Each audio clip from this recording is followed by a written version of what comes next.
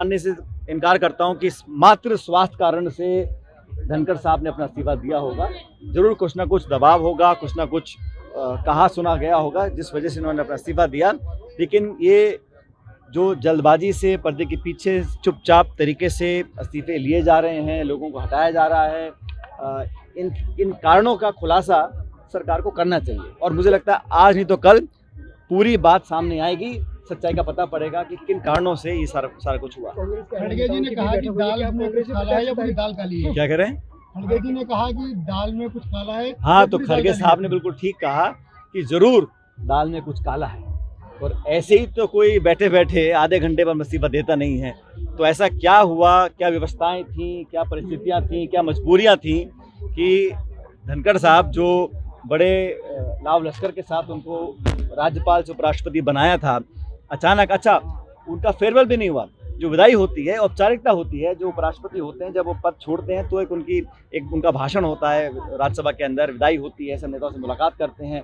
जिस तरह से जल्दबाजी से एक तरह से निकाला गया है या छुड़वाया गया है, ये कोई पहली बार हुआ है और मुझे लगता है कि ये अच्छी परंपरा नहीं है, जो भी कारण रहे हों। और मैं फिर कह रहा हूँ, आज नहीं तो कल कारण बाहर जरूर आएंगे।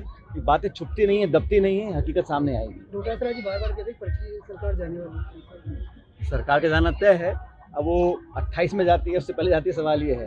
लेकिन जिस प्रकार पूरे प्रदेश में आज माहौल बना हुआ है, खासकर लॉ एंड ऑर्डर को लेकर, मैं समझता हूँ कि सरकार का नियंत्रण बिल्कुल रहा नहीं है और इतने सारे इसमें खिंचाव रह गए हैं मंत्रियों का, बड़े बड़े पदों पर बैठे लोगों की, कुछ सुन नहीं रहा है।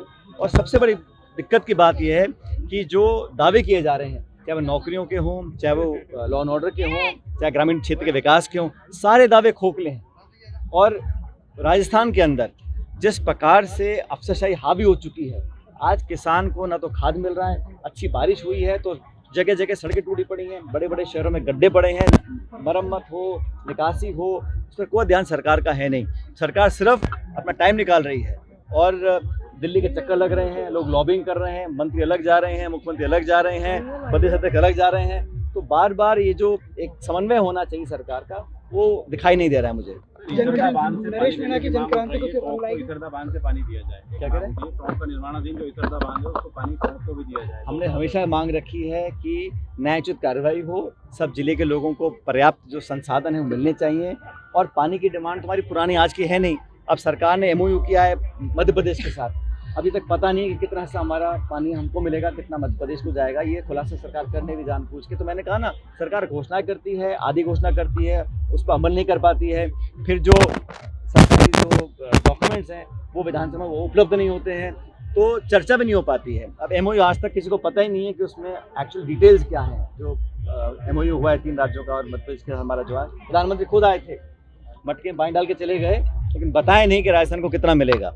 इसलिए राजस्थान के हितों का जो रक्षा करनी चाहिए वो सरकार कर नहीं पा रही है। और जो बार बार प्रदेश सरकार और मुख्यमंत्री बोल रहे हैं रिकॉर्ड तो डेवलपमेंट किया है, तो आंकड़े बताइए ना, किस में डेवलपमेंट किया है आपने, कितना पैसा रिलीज किया है। ग्रामीण क्षेत्रों में, गाँव में विकास ठप पड़ा है, ठेकेदार हड़ताल कर रहे हैं। जो नरेगा के काम, नरेगा जो योजना थी लगभग बंद सी कर दी इन्होंने। हिम्मत नहीं है कि उसको फॉर्मली बंद करें, औपचारिक रूप से बंद करें, लेकिन नाना करते करते वहाँ लेबर बहुत कम हो गई है, लोग काम नहीं कर पा रहे हैं। और नौजवान जो है वो लगातार आक्रोशित है, पढ़े लिखे जो बेरोजगार घूम रहे हैं, समझ नहीं पा रहे हैं कि किसको जाके दस्तक दें। सुनने वालों को बचा नहीं, ना दिल्ली ना जयपुर। नरेश मीणा की जनक्रांति यात्रा दिखा रहे हैं, जनक्रांति यात्रा को हर व्यक्ति को ये छूट है अपनी बात रखने की, चाहता जो भी कोई काम करे जनता के हित में करे, संयम से करे। और ये तो बड़ा प्रदेश है, हर व्यक्ति अपनी बात रख सकता है, लेकिन लोकतंत्र में बेहतर ये रहता है कि हम सब मिलकर अमन चैन की बात करें, लोगों के विकास की बात करें। और जो लोग नौजवानों के हित की बात करते हैं, पूरा अधिकार उनको है और करनी भी चाहिए।